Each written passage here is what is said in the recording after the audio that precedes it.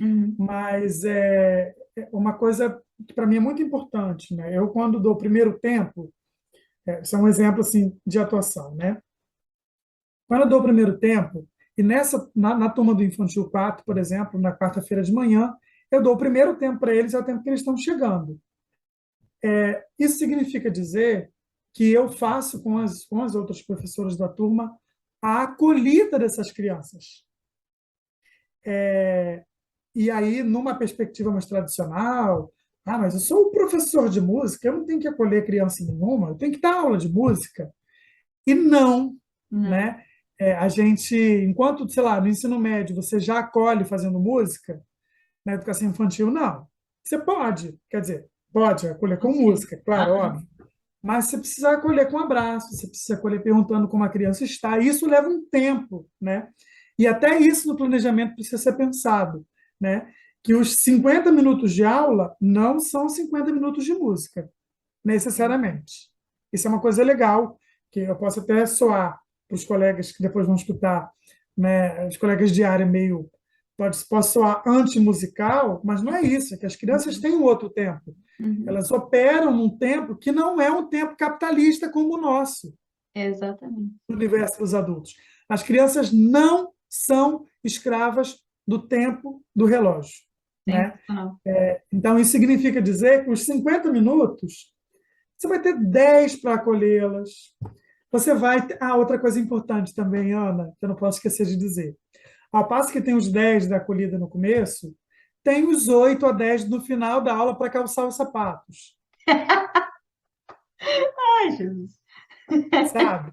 Parece uma bobeira, mas você tem que garantir no planejamento um tempo, porque eu dou aula em tatame, então as crianças já têm por costume tirar os sapatos ou os chinelos, né? E subirem, a gente faz a aula em cima do tatame descalço, quer dizer, sem calçado, né? Quem está de meia fica com meia, se tiver frio, a gente recomenda manter a meia. E aí, se a criança é muito pequena, tem criança de 4, 5 anos que ainda não sabe calçar o próprio sapato, né? E isso acontece toda semana.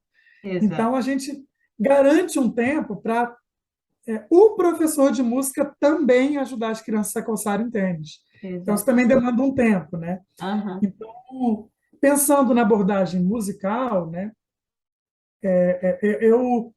eu costumo, eu gosto, né, tem colegas que fazem de outra forma, não é que eu faço só isso, mas eu gosto de, quando eu vou apresentar uma música que as crianças vão cantar, eu gosto de cantar a música para as crianças. Eu não vou dizer que muito dificilmente, mas Uhum. eu prefiro cantar para elas, Antes de apresentar alguma coisa. criar situações que a apreciação seja com a voz acontecendo em loco, do que com uma gravação, uma caixa de som e Legal. tal. Estou querendo dizer com isso que eu não trabalho isso? Não. Só que quando é uma música que as crianças vão cantar, eu canto e toco. Porque aí eu posso mexer no andamento, eu posso, se eu quero, sei lá, tem uma música que é muito rápida, na gravação está muito acelerada, e as crianças, na turma tem um grupo de crianças que ainda tem dificuldade de produzir palavras com uma Cantar rápido. dicção mais perfeita, com Uhum. figuras musicais muito rápidas. Eu posso, como é que é uma música que eu trabalhei recentemente?